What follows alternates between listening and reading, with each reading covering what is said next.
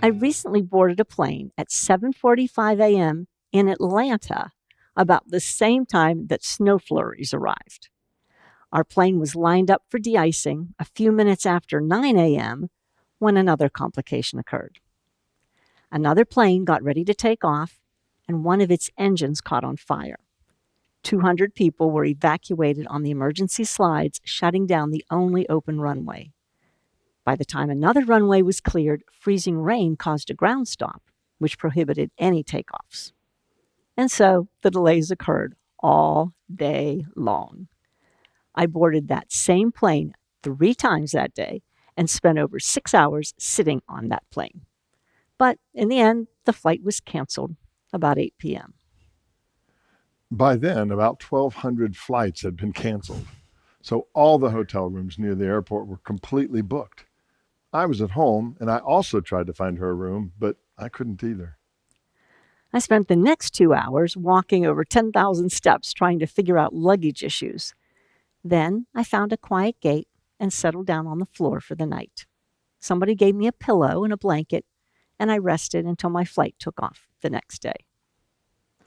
I know many of you have experienced travel delays too. Actually, we'd love to hear some of your more epic stories in Facebook or on YouTube in our comments. But today, we want to tell you about a delay that Luke and Paul had. It's recorded in the book of Acts. Paul was put on a ship headed for Rome so he could be tried by Caesar.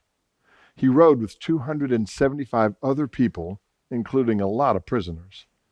They experienced bad weather delays, but finally made it safely to the island of Crete.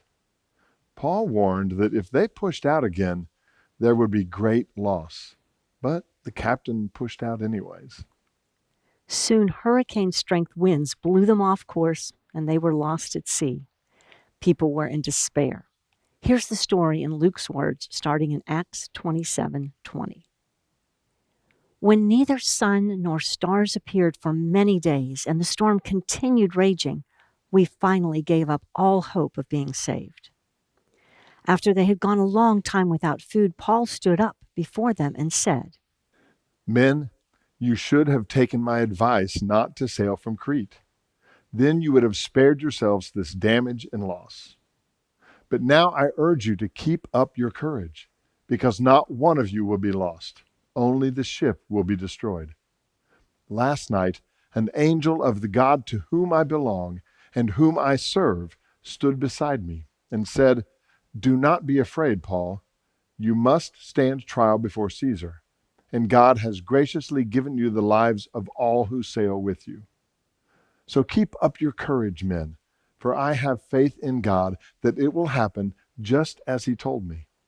Nevertheless, we must run aground on some island. On the 14th day of storms, they realized they were nearing land, but still couldn't control the ship. Paul started offering instructions, and this time the captain listened and did everything that Paul suggested. They ended up cutting loose the lifeboats, eating most of the remaining food, and throwing more cargo into the sea. At one point, the soldiers planned to kill the prisoners to prevent them from swimming away and escaping. But because the centurion wanted to spare Paul's life, all the prisoners' lives were saved. The locals on that island took care of the survivors. The father of the island's chief official was very ill, so Paul prayed over him and God healed the man. 3 months later, the shipwrecked crew and passengers finally resumed their trip to Rome. There are so many ways that Paul could have responded to the delays. He could have gotten mad or depressed, but he stayed engaged.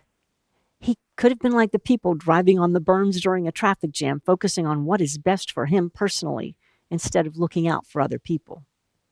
Instead, Paul tried to help his captors save their ship and their lives. He could have kept quiet instead of using the situation as an opportunity to tell others about God.